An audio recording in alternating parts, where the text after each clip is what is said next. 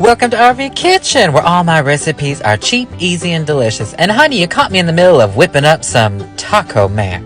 Well, baby, I've got some pasta that's boiling up, and I'm going to remove some of the water there and hold it to the side, about a cup's worth. And in that same pot, once your pasta gets nice and al dente, we're going to toss in a little garlic, about a teaspoon or two worth, a tablespoon of butter, and then we're going to go in with some green onion I've just roughly chopped. I've got a jalapeno that I'm going to add in there because we want some spice in our life here, baby. And we're just going to give that a nice little saute. Keep it stirring, honey, and then we're going to pop a lid on there. Now, don't let it burn, baby, because garlic and butter, it can't take too much heat. And then we're going to bring in about a half a cup of that pasta water, and then we're going to just let that marry on up with also a little bit of milk. About a half a cup will do you there. And then we're going to add in 1 packet of taco seasoning. You can use any kind, and honey, if you have homemade, well, shoot, that's even better.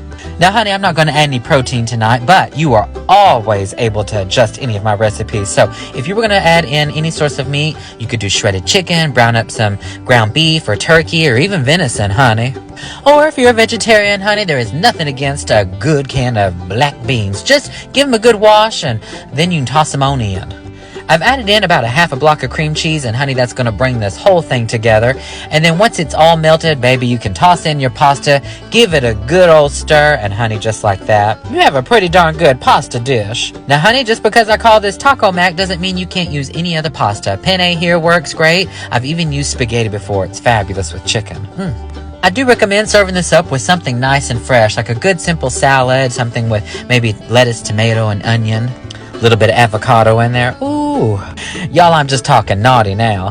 But this is a good base recipe for you to keep in your back pocket, and honey, you really can't beat it when it comes to cheap, easy, and delicious. Well, baby, open up, because the next time I see you, we'll be back at the RV Kitchen. Ooh, that's a big bite.